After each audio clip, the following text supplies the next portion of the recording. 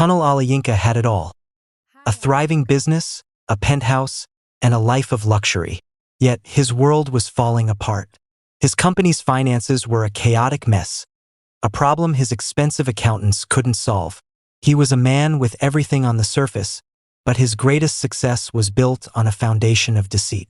Little did he know, the answer to his problems wasn't in a boardroom, but in the quiet, unassuming grace of his new housekeeper, Amara.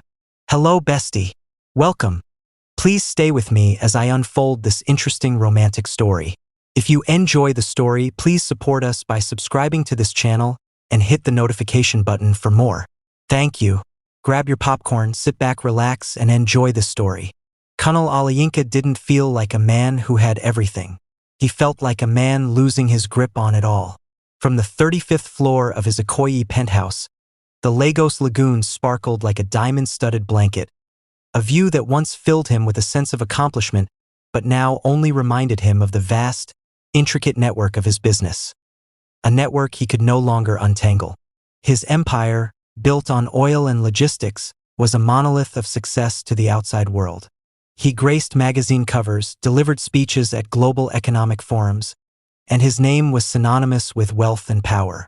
But the reality was a suffocating mess of conflicting reports and incomprehensible spreadsheets. His team of high-priced accountants and financial analysts spoke a language of buzzwords and evasions, offering explanations that were as flimsy as they were complex. They presented him with neatly bound reports filled with impressive graphs and charts. Yet every number felt like a lie. A multi-million naira discrepancy here, an unaccounted-for asset there. The red flags were everywhere, but no one seemed to see them but him. He felt an intense, gnawing anxiety that no amount of wealth could cure. His phone buzzed with calls from worried investors, and the constant pressure was a physical weight on his shoulders. He was trapped in a golden cage, and the bars were made of numbers that just wouldn't add up. Amara moved through Kunal's penthouse like a whisper. Her presence was so unobtrusive that he often forgot she was there at all. She was Kunal's newest housekeeper, a young woman in her mid-20s with a quiet dignity that set her apart from the parade of domestic staff who had come and gone. Unlike the others, who seemed to view the job as a temporary inconvenience, Amara treated the space with a reverence that bordered on art. Every surface gleamed, every cushion was plumped to perfection, and she had an uncanny ability to anticipate his needs before he even articulated them. While Kunal was drowning in his financial woes, Amara was an island of calm. She would silently clear away the empty coffee cups, fold the discarded newspapers, and straighten the stacks of intimidating reports he left scattered across the marble floors. Her gaze, however, wasn't vacant. As she worked, she would occasionally glance at the open spreadsheets on his laptop or the crumpled printouts on the coffee table.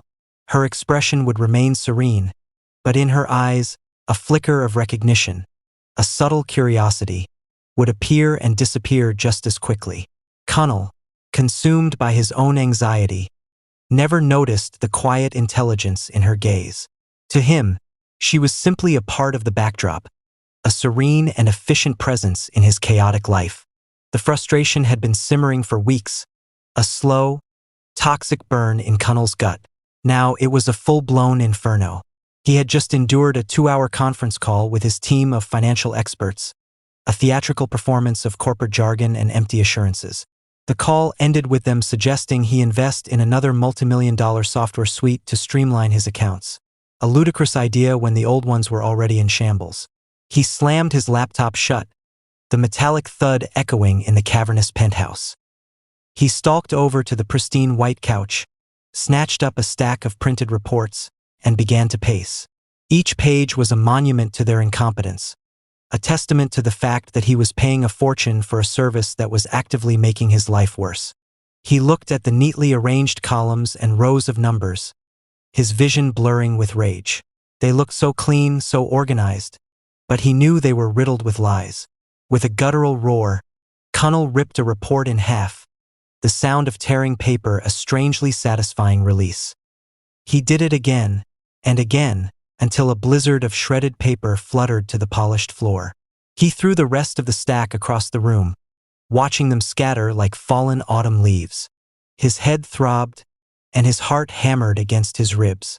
He felt like a fool, an emperor with no clothes, surrounded by sycophants who were too afraid or too incompetent to tell him the truth.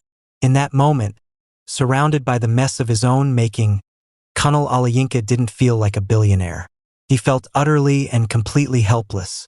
Amara entered the living room to find a scene of utter chaos.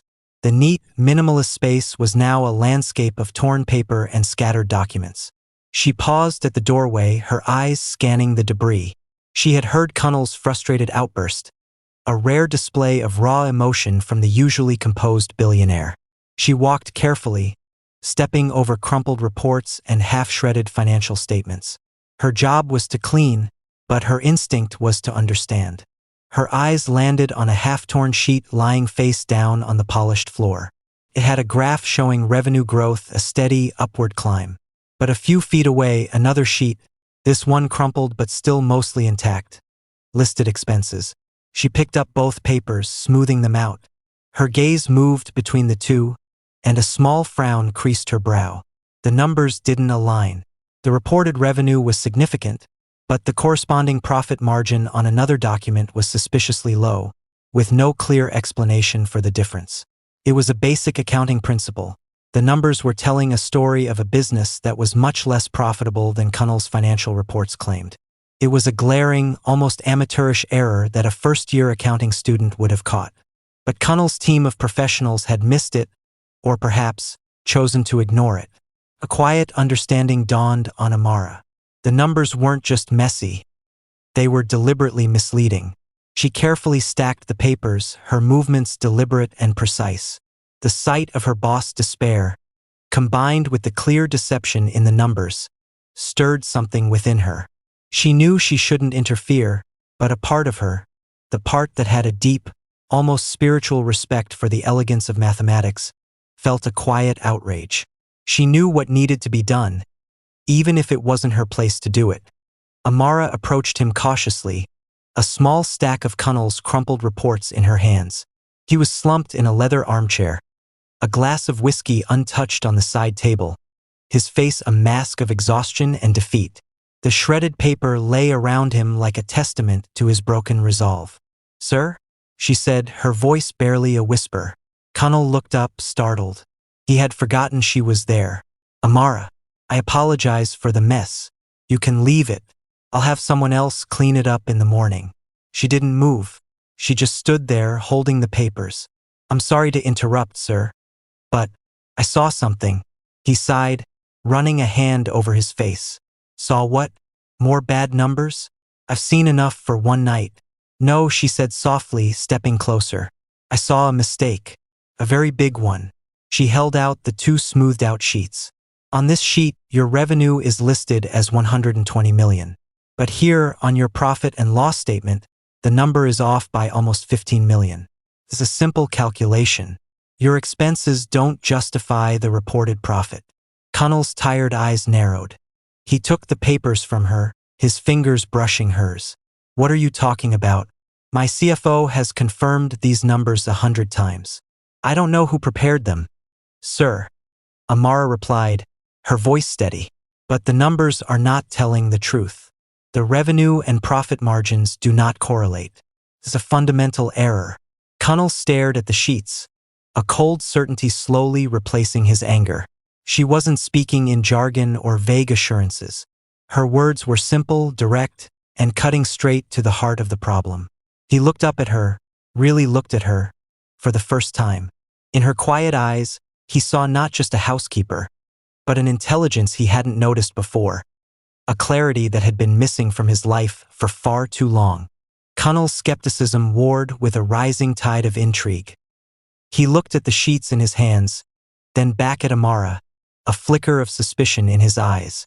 "You're a housekeeper. How do you know this?" Amara didn't flinch. "I have a degree in mathematics, sir, from the University of Lagos." Her voice was soft, but there was a quiet pride in her tone. "I'm good with numbers. A kind of language to me." Kunal's eyebrows shot up. A mathematician working as a housekeeper. The irony wasn't lost on him. A daring idea, a mix of desperation and curiosity, began to form in his mind. He gestured to the shredded mess on the floor. The situation is far worse than this one mistake. My entire financial system is a house of cards. My so-called experts are either incompetent or actively deceiving me. He looked at her, his expression intense. I'll make you a deal. Come to the study tomorrow morning. I'll give you a laptop and access to the company's full financial records. See what you can find. If you can help me untangle this mess, I'll pay you whatever you want. And I'll pay for you to go back and finish your master's degree. Amara's eyes widened, a flicker of hope and disbelief in their depths. This was an opportunity she had long given up on.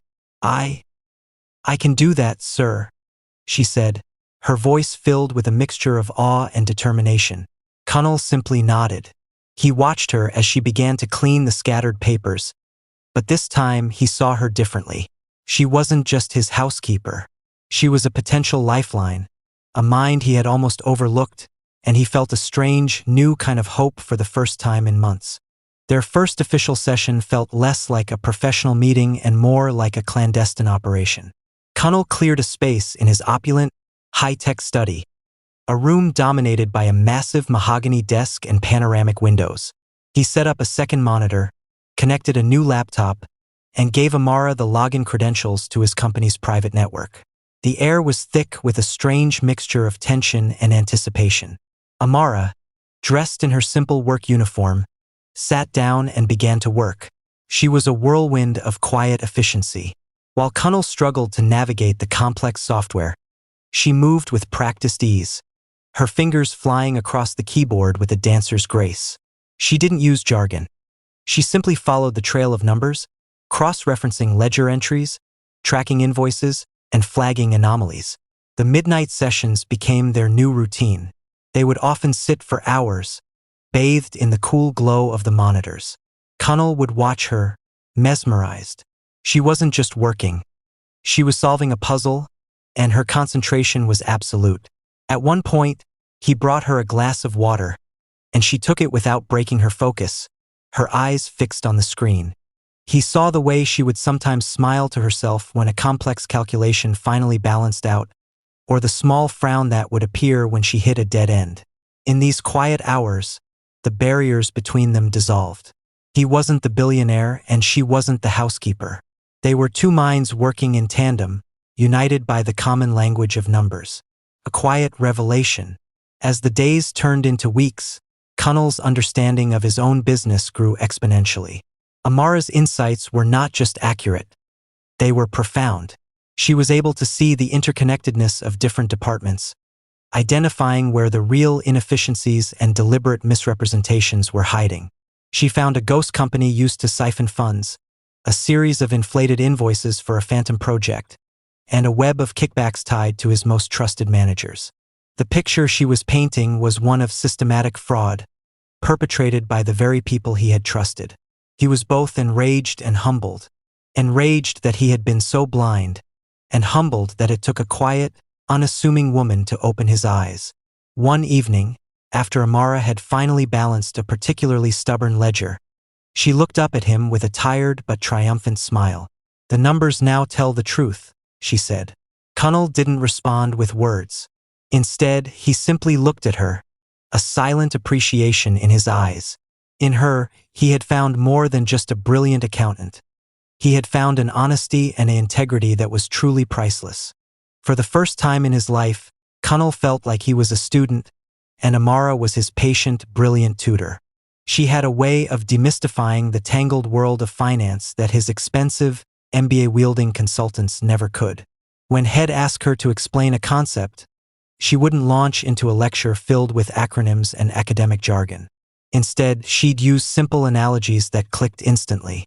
"Think of your company as a big market," she'd say, her finger tracing a diagram on a whiteboard.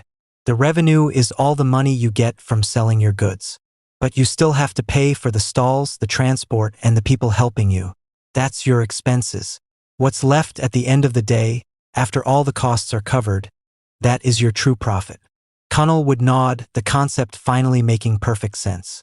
When she explained the concept of a ghost company that was siphoning funds, she called it a secret pot. Someone is taking money from your market and putting it in a pot only they know about, she explained. We need to find that pot and bring the money back. This simple language transformed his understanding. He was no longer just a figurehead signing off on reports.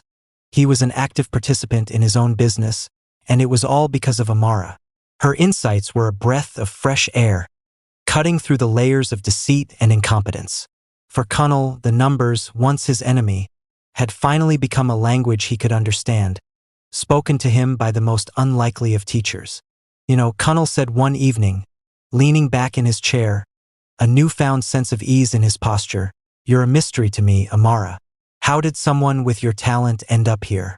Amara paused, her fingers still hovering over the keyboard.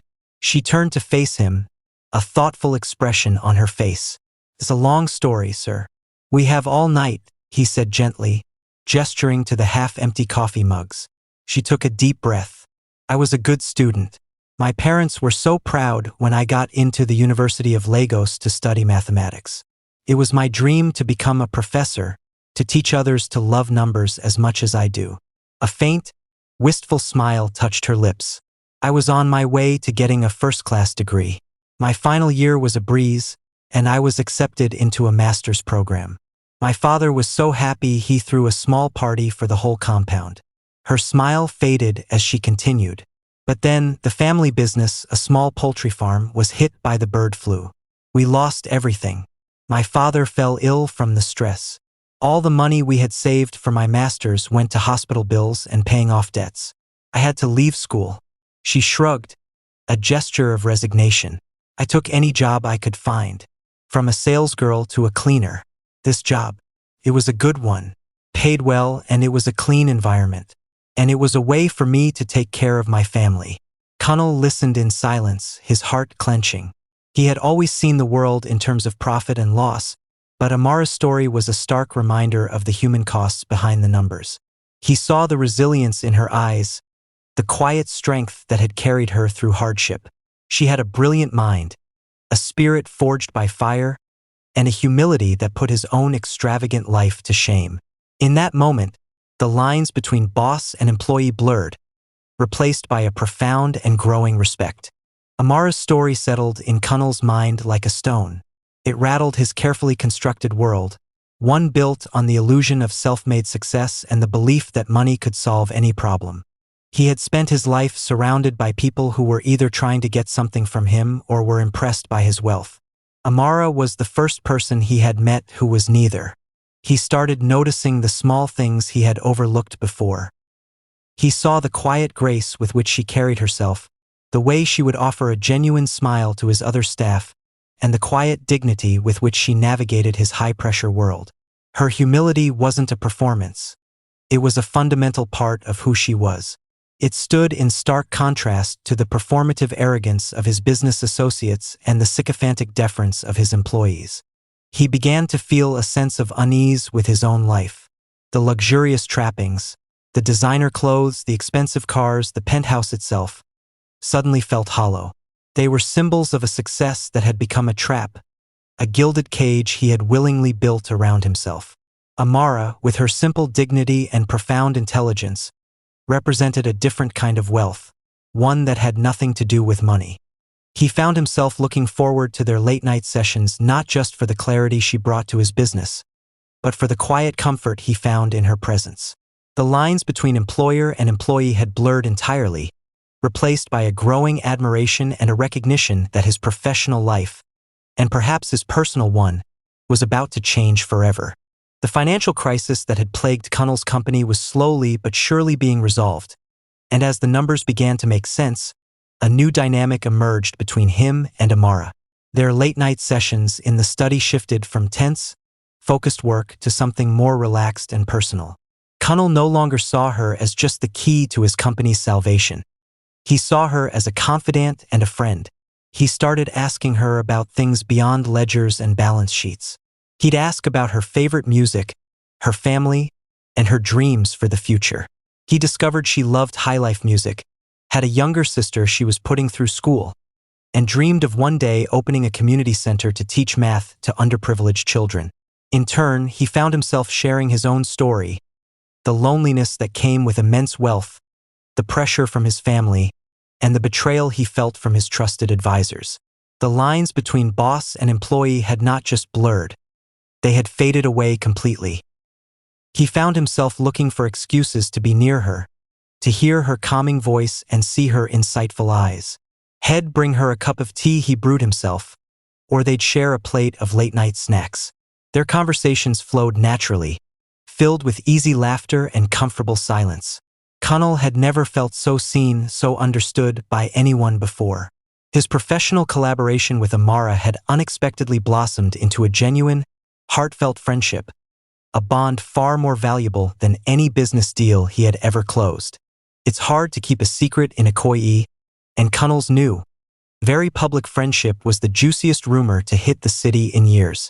Whispers started in exclusive clubs and spread like wildfire at society galas. The sight of Nigeria's most eligible bachelor dining with his former housekeeper was a source of endless fascination and, for some, utter disbelief. His inner circle was the first to react. His business partners were baffled. "What are you doing, Connell? Are you out of your mind?" One of them, a man named Femi, had asked him over the phone. "This isn't a good look for your brand. It's a distraction." His female friends, who had been vying for his attention for years, were a mix of hurt and scandalized. "She's a housekeeper, Connell," one had said with a condescending tone. "It's a phase, right?" The gossip pages had a field day. Tabloids ran headlines like "Billionaire Connell Alayinka falls for his help," and the Cinderella story no one believed. The stories painted Amara as a gold digger and Connell as a naive fool. The chatter was relentless, but Connell didn't care. The more they talked, the more he felt a fierce, protective instinct rise up in him. He had spent his life chasing their approval, living by their rules. Now, for the first time, he was doing something that made him truly happy, and their disapproval only solidified his resolve. The quiet, calm presence of Amara had become his sanctuary, a world away from the noise and judgment of his so-called peers. Connell decided it was time to put a stop to the whispers and show everyone exactly what Amara was capable of. A crucial meeting was scheduled with the notoriously difficult Mr. Akani, a potential investor whose approval was essential for a massive new project. Connell's usual team of financial advisors had failed to impress him in the past. This time, he decided to bring Amara. The room was a sterile, high-stakes environment filled with men in expensive suits. They looked at Amara, dressed in a simple but elegant business dress, with unconcealed condescension. Mr. Akani, a grizzled veteran of the business world, gave her a brief, dismissive nod. As Connell began his presentation, Mr. Akani interrupted him with a series of aggressive, detailed questions about the project's financial projections. He was trying to expose a weakness, a number Connell might not have fully understood. Connell's usual tactic would be to defer to his CFO, but this time he looked at Amara. Without a moment of hesitation, she took over. She spoke with a quiet authority, her voice clear and her words precise. She didn't just answer Mr. Akani's questions. She anticipated his concerns. She pulled up an alternate projection, a model she had built herself, and showed him how a different allocation of funds would yield a higher return on investment while mitigating risk. She used no jargon, just pure, irrefutable logic. Mr. Akani sat back, a look of genuine surprise on his face. He had expected a pretty face, a trophy to be paraded, but he had found a financial savant. He continued to pepper her with questions, but she answered each one with an almost effortless ease. By the end of the meeting, it was clear that the project had won his approval, not because of Connell's pitch, but because of Amara's quiet brilliance. As they left, Mr. Akani shook her hand firmly. "You are not just good with numbers," he said with a respectful smile. "You are excellent." Connell walked out with her, a proud, triumphant smile on his face, knowing he had made the right choice. Jide, Connell's former chief financial officer, watched the news of the successful deal with Mr. Akani with a simmering, toxic rage. He had been fired unceremoniously, his incompetence and hidden fraudulent activities exposed by a common housekeeper. The public humiliation was a constant, burning shame. He couldn't believe Kunal had so easily replaced him with an unknown woman who had no business in their world.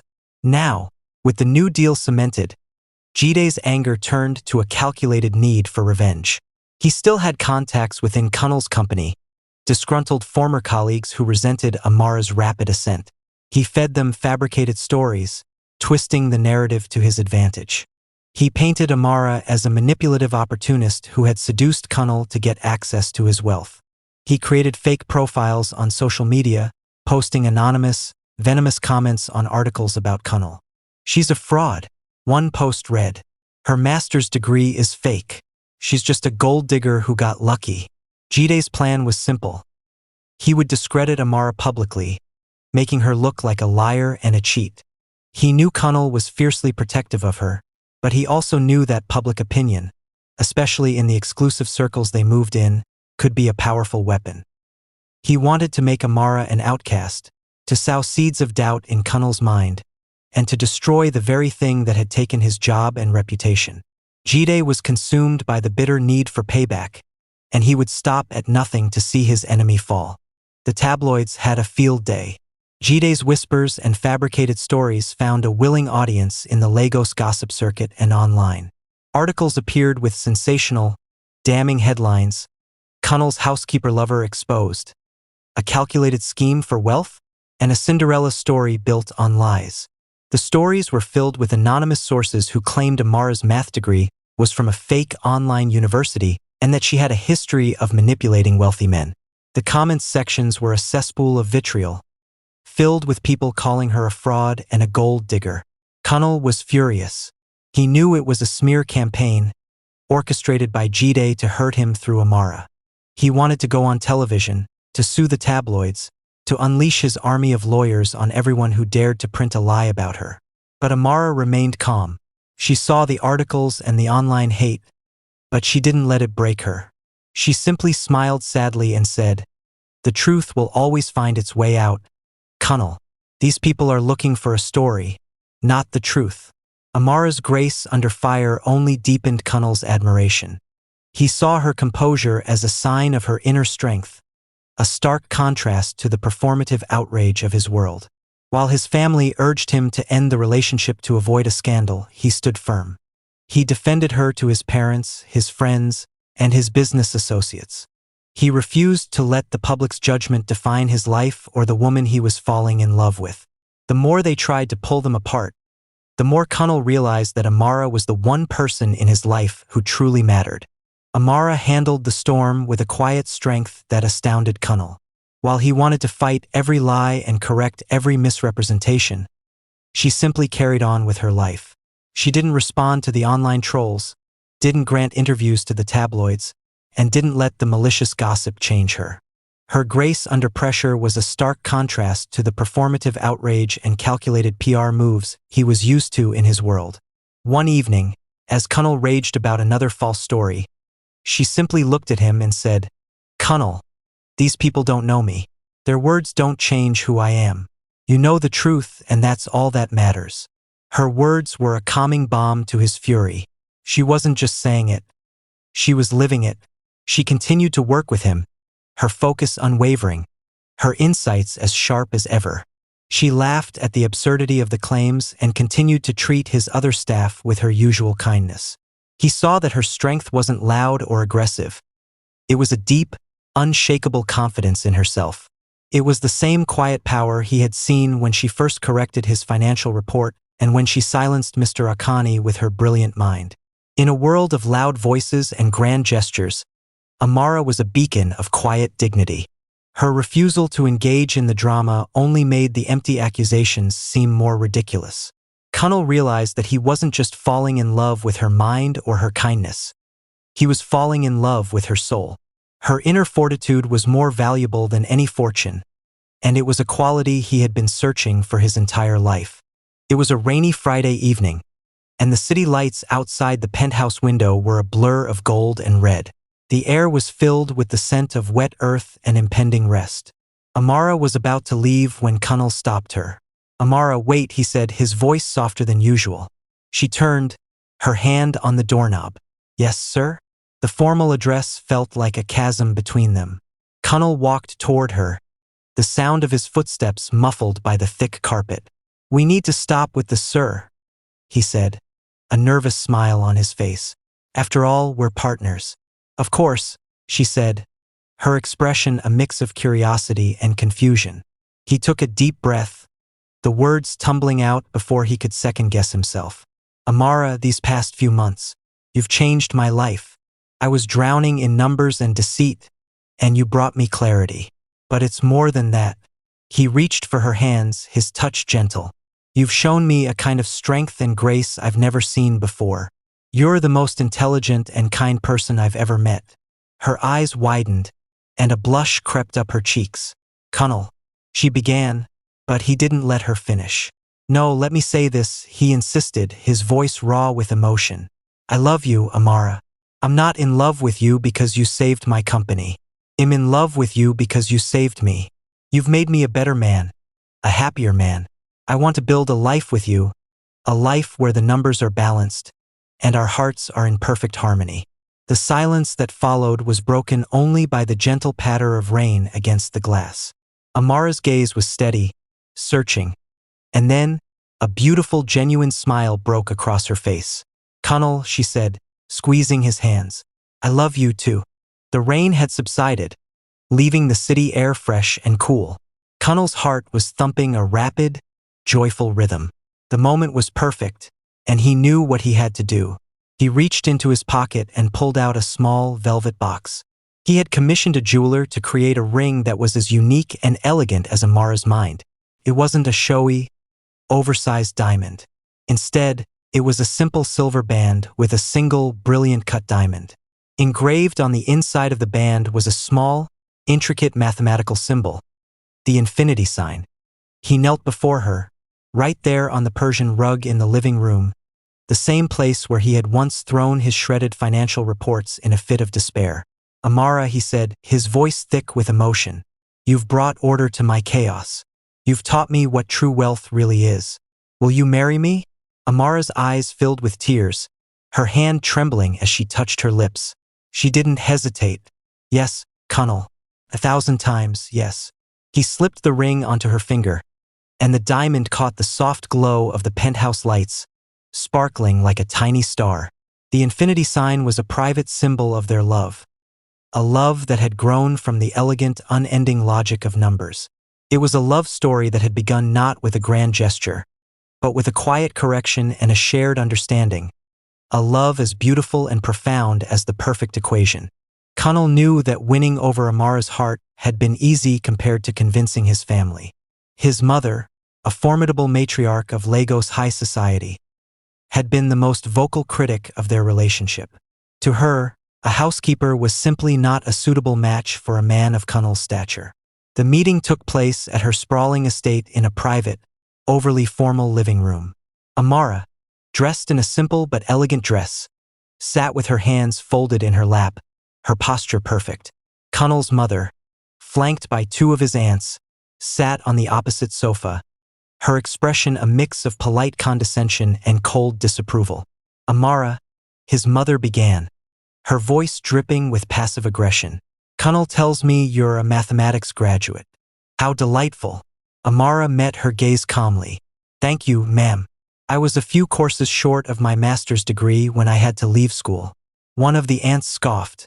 "And Kunal has promised to pay for it, I'm sure?" Perfect arrangement.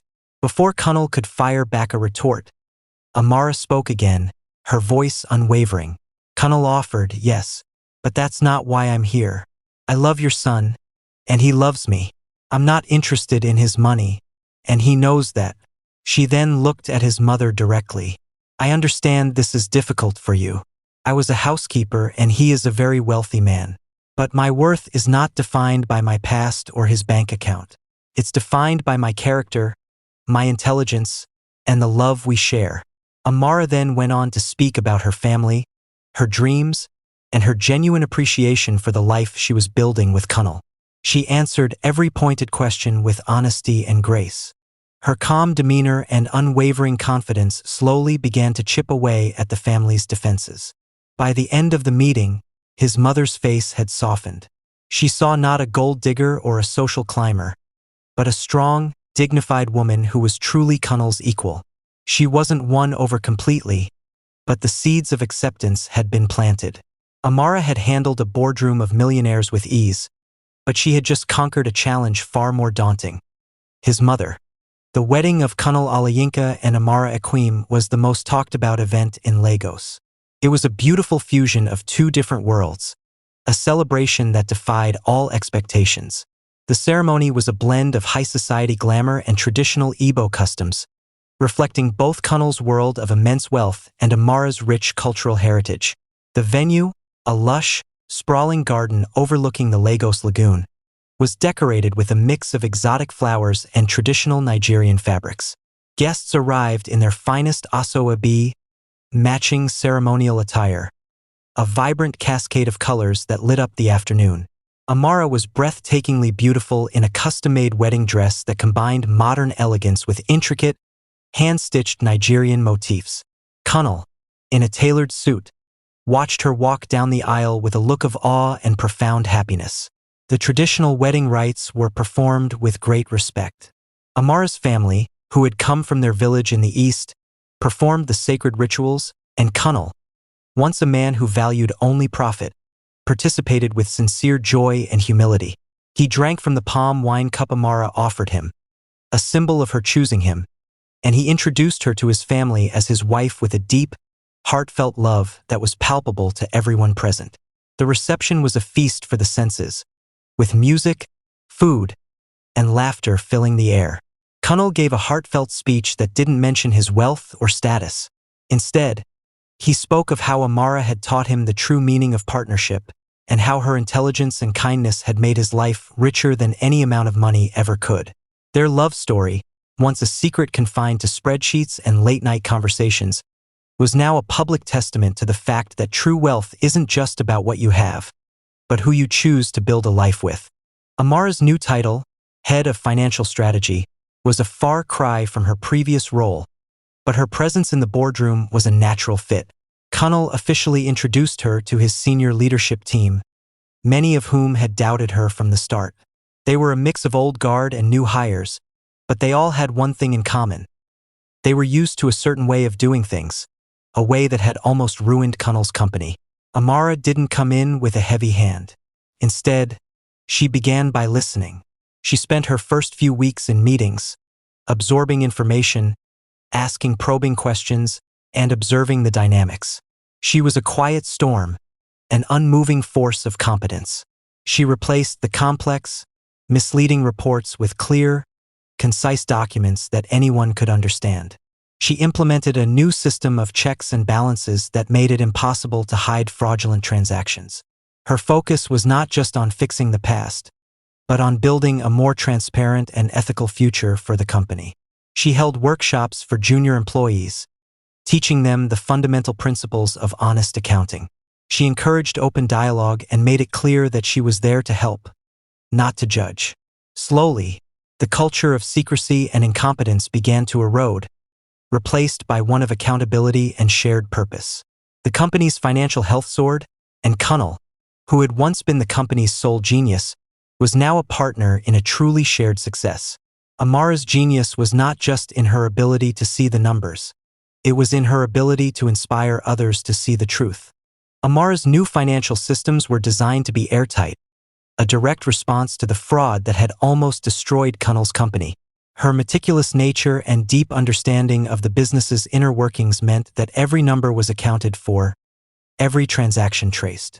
It was this very system that flagged a series of peculiar discrepancies tied to his most profitable project, one he had always assumed was running smoothly. The paper trail, a digital breadcrumb left by Jide and his co-conspirators, led directly to a shell company in a remote tax haven. Amara presented her findings to Kunnal with a grim expression. The evidence was irrefutable. Jide hadn't just sabotaged the company. He had been actively stealing from it for years, using his position to create a sophisticated network of kickbacks and inflated invoices. Kunnal was enraged. He ordered an immediate internal investigation, and with Amara's detailed report, the company's legal team quickly built a case. Jide, believing he had covered his tracks, was completely blindsided. The public humiliation he had inflicted on Amara now paled in comparison to his own impending downfall.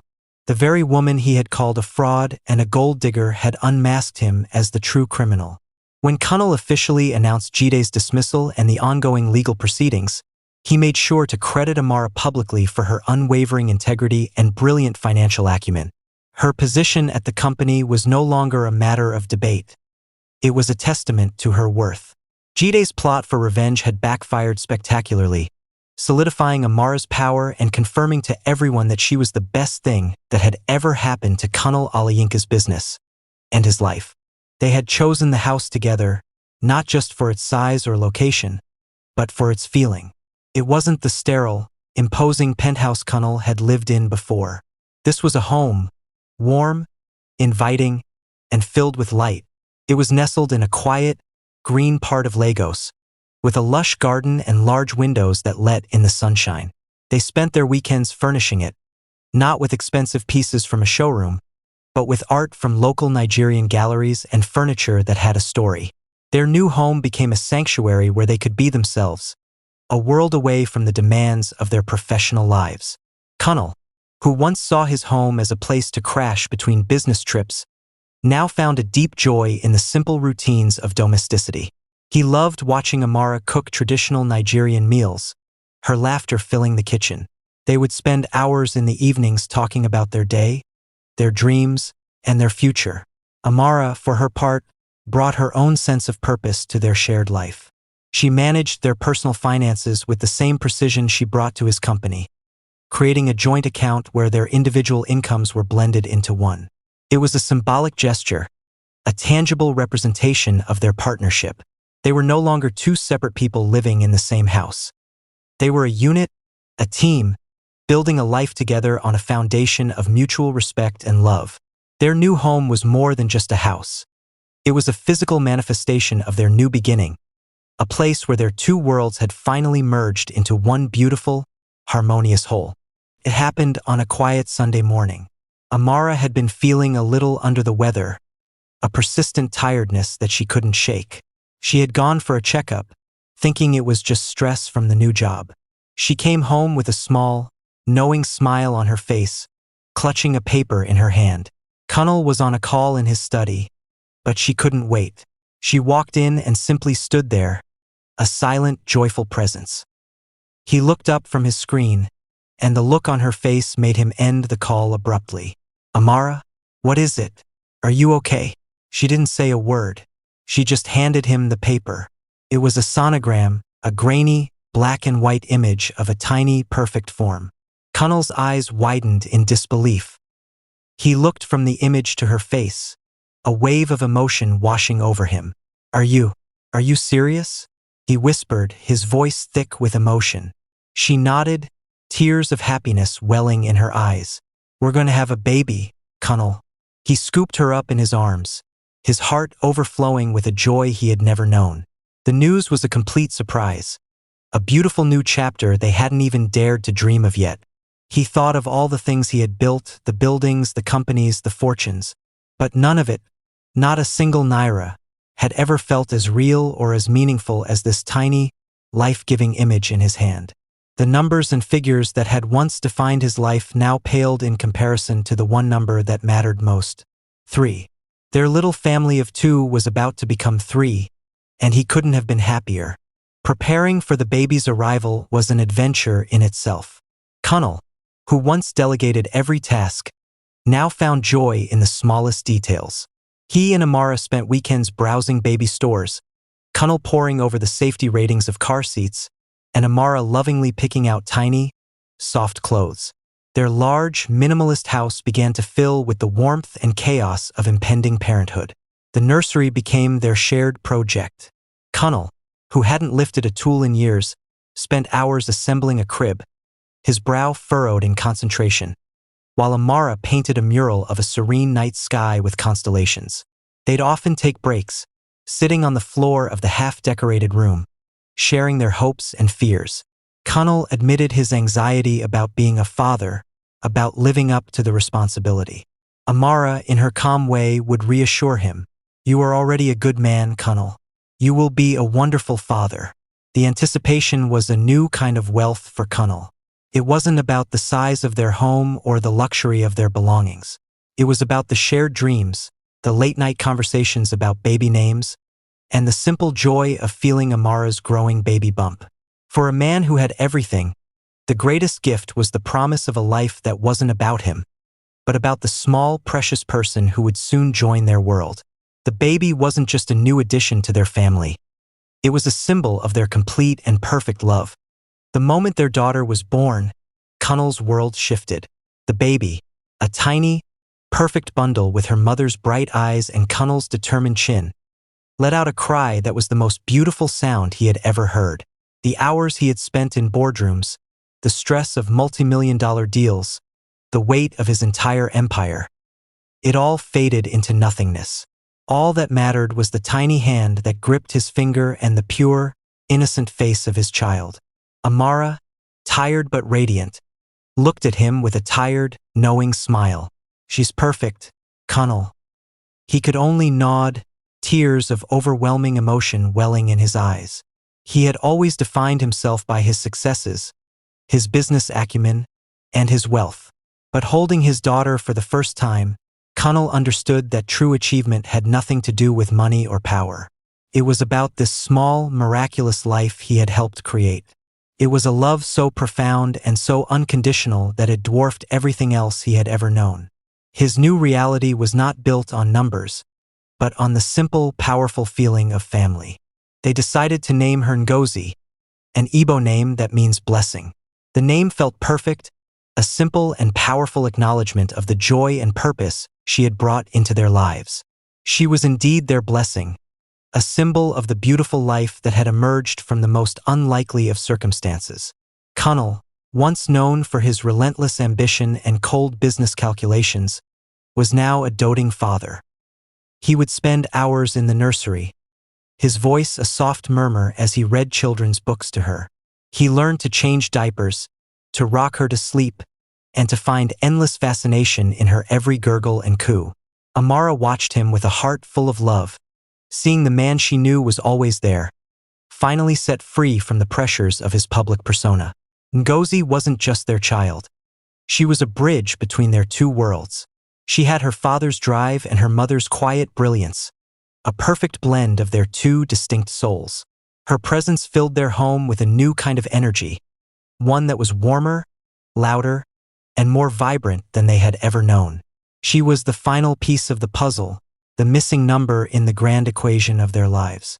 Amara watched Kunnel from across the living room, a soft smile on her face. He was on the floor, tickling their daughter, Ngozi, who was squealing with pure, unadulterated joy. A single ray of afternoon sun streamed through the window, bathing them in a warm, golden light. It was a simple moment, but to Amara, it was the most beautiful scene in the world. A photographer she had hired for a family portrait session asked them to pose for a shot. Kunnel, without hesitation, scooped up Ngozi and sat next to Amara on the plush sofa. Their pose was natural, unforced. He held his daughter close, his head resting gently against Amara's. She wrapped her arm around his waist, her free hand holding Ngozi's tiny one. The picture was perfect. Kunnel was no longer the imposing billionaire on a magazine cover. He was a husband and a father, and the joy in his eyes was more genuine than any staged smile he had ever given. Looking at the photo later, Amara saw the story of their lives captured in a single frame. The man who had once been a prisoner of his own fortune was now free. The woman who had been defined by her humble job was now a co-creator of a magnificent life. Their family was a testament to the fact that love could be found in the most unexpected places, and that a life of true wealth was not measured in profit margins, but in moments of pure, shared happiness. The sun was setting over the Lagos lagoon, casting a warm, golden glow across the water. Kunnel sat in his favorite armchair, Ngozi asleep in his arms, her tiny body a weight of pure contentment. He looked across the room at Amara, who was quietly working on her laptop, a familiar scene that once belonged to a world of stress and chaos, but was now a picture of peaceful domesticity. A framed photo on the mantel caught his eye. It was a picture of him and Amara on their wedding day, her hand gently resting on his arm, a look of profound happiness on both their faces. Beneath it, in a small silver frame, was a picture of Ngozi as a newborn, her tiny hand wrapped around his finger. He thought back to the man he used to be, the man who was drowning in numbers that didn't add up, a man who believed wealth was the ultimate measure of success. He remembered the night he had thrown his reports across the room, the night he had met his future. He smiled to himself. The numbers had been a mess, but they had led him to Amara. Her quiet brilliance had not only saved his company but had also shown him what a life of true value looked like. It wasn't about the size of his bank account or the number of properties he owned. It was about the love he had found, the family he had built, and the quiet joy of a daughter sleeping in his arms. The numbers had all been a part of a broken equation, but Amara had come and shown him how to solve it, revealing a solution more beautiful and complete than he could have ever imagined.